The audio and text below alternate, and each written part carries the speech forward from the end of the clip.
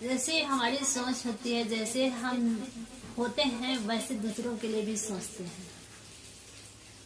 जैसे जैसे एक महात्मा बैठे थे ध्यान में बैठ करके अपने मन का निरीक्षण कर रहे थे, अपने संकल्पों को देख रहे थे। और नदी के तट पर महात्मा ध्यान में बैठे हुए महात्मा को लोग अपने अपने तरीके से देख रहे थे। सुबह का टाइम था, सुबह 4 बजे का समय था।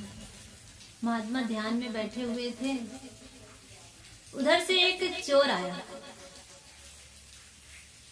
चोर महात्मा को देख करके सोचने लगा कि कोई अपने चोर साथी को देख रहा है, बैठ कर के इंतजार कर रहा है।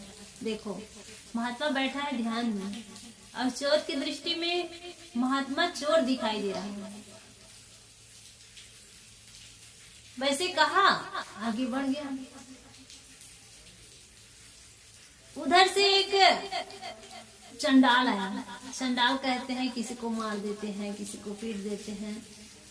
उनके जीवन में कोई दुख तकलीफ नाम की चीज ही नहीं। किसी को मारे तो कोई दर्द नहीं, बस मार दिए, पीट दिए, आगे बढ़ गए। इसको कहते हैं चंडाल। तो उधर से ही ऐसे चंडाल व्यक्ति गुजरे। तो उन्होंने सोचा कि देखो, मेरी तरह ये चंडाल आदमी बैठा है, किसी को मार करके और आंख बंद कर दिया है, आंख बंद करके बैठा है। देखो ये ढोंगी आदमी को, ऐसे कहे आगे बढ़े। उधर से एक प्रेमिका आई, लड़की, तो किसी के इंतजार में आई थी। तो महात्मा को देख करके सोचने लगी कि ये बैठा युवक किसी लड़की के इंतजार में बैठा है और बैठ करके अपने प्रेमिका का ये इंतजार कर रहा है। ये लड़की सोच रही है। उधर से एक और युवक आया। वो वहां से ऐसी स्थिति में आ रहा था, किसी के धन लूट करके, किसी से लड़ करके, झगड़ करके आ रहा था।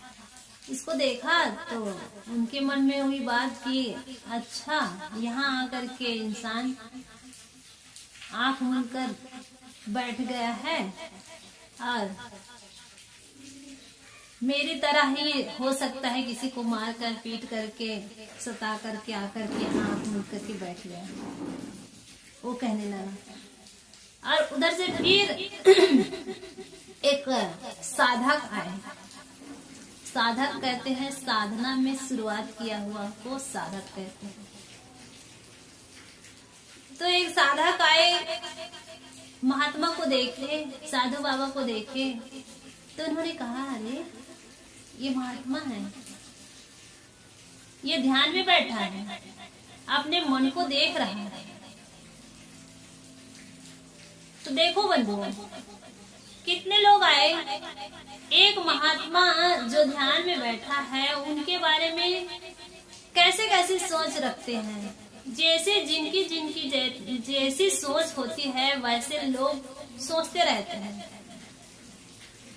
जैसे उनका काम होता है ना, उसी प्रकार से सामने वाले के बारे में भी सोचते हैं। इसलिए हमें हमेशा सावधान रहना चाहिए ऐसे लोगों से।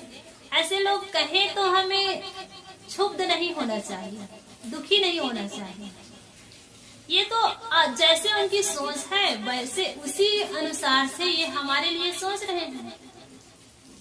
तो हम उनकी बातों पर ध्यान दे करके दुखी होते हैं ना, तो ये हमारी कमजोरी है, हमें कमी है। तब हम दूसरे की बातों को लेकर के दुखी होते हैं, क्षुब्ध होते हैं।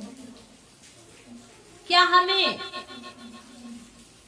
हमारे जीवन में सुख है, शांति है, अमन चैन है, उसको वो क्षण भर में हमारे अपमान करके, बुराई करके वो हमें दुखी कर देता है, तो इसमें उनकी गड़बड़ी, उनकी कमी नहीं है, इसमें हमारी कमी है।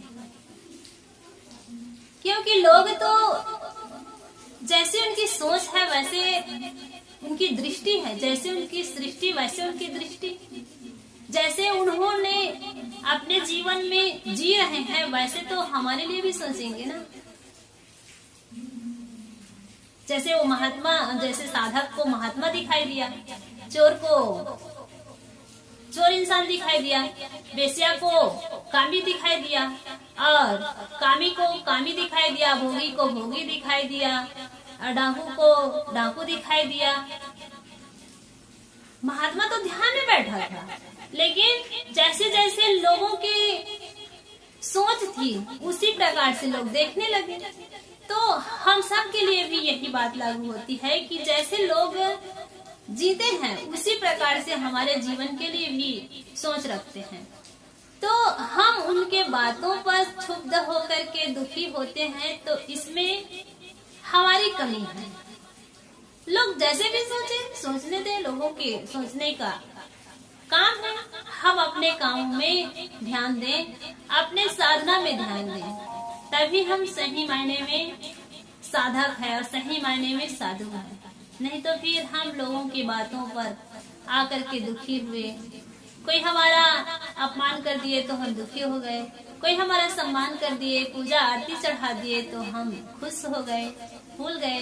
तो क्या हम अपने जीवन की बागडोरी किसी दूसरे के हाथ में दे दिए हैं? जैसे रिमोट, जैसे टीवी चलाने के लिए एक रिमोट होता है, रिमोट हाथ पे हो तो जो चैनल लगाना हो हम दबा देते हैं और लगा लेते हैं, देखने लग जाते हैं। वैसे हम अपने जीवन की रिमोट दूसरे के हाथ में दे दिए हैं क्या? जब लोग हमारी पूजा करेंगे, प्रतिष्ठा करेंगे, सम्मान करेंगे तो हम खुश हो जाएं, और लोग हमारी बुराई करेंगे, निंदा करेंगे तो हम दुखी हो जाएं। तो यही बात हुई कि हम एक टीवी है और हमारा रिमोट किसी और के हाथ में है। तो नहीं बंधुओं, हम टीवी नहीं है, हम जीता जागता एक सच्चा और अच्छा इंसान है, साधक है। तो हम इन सब छोटी बातों में ध्यान न दे करके हम अपने साधना में आगे बढ़े। लोग हमें क्या कह रहे हैं इसके बारे में न सोच करके हम अपने बारे में सोचे। अगर वो महात्मा सोचता कि देखो लोग मुझे चोर कह रहे हैं, लोग मुझे डाकू कह रहे हैं, लोग मुझे चंडाल कर रहे हैं, तो जवाब देते देते सबसे विवादित हो जाता और अपने साधना से वो वंचित हो जाता। तो जो कच्चे लोग होते हैं, कच्चे साधक होते हैं, यही बात होती है उनके लिए कि वो विवाद में जीवन अपना बिता देते हैं और सही साधना के लिए अपना समय नहीं दे पाते हैं। तो अगर हम अच्छे साधक हैं, सच्चे साधक हैं, सच्चे अच्छे संत हैं, तो हमें ये होना चाहिए कि लोग क्या कह रहे हैं इनके बारे में ना ध्यान दे करके अपनी साधना में अपनी शक्ति लगाएं, अपनी ऊर्जा लगाएं और अपना कल्याण करें।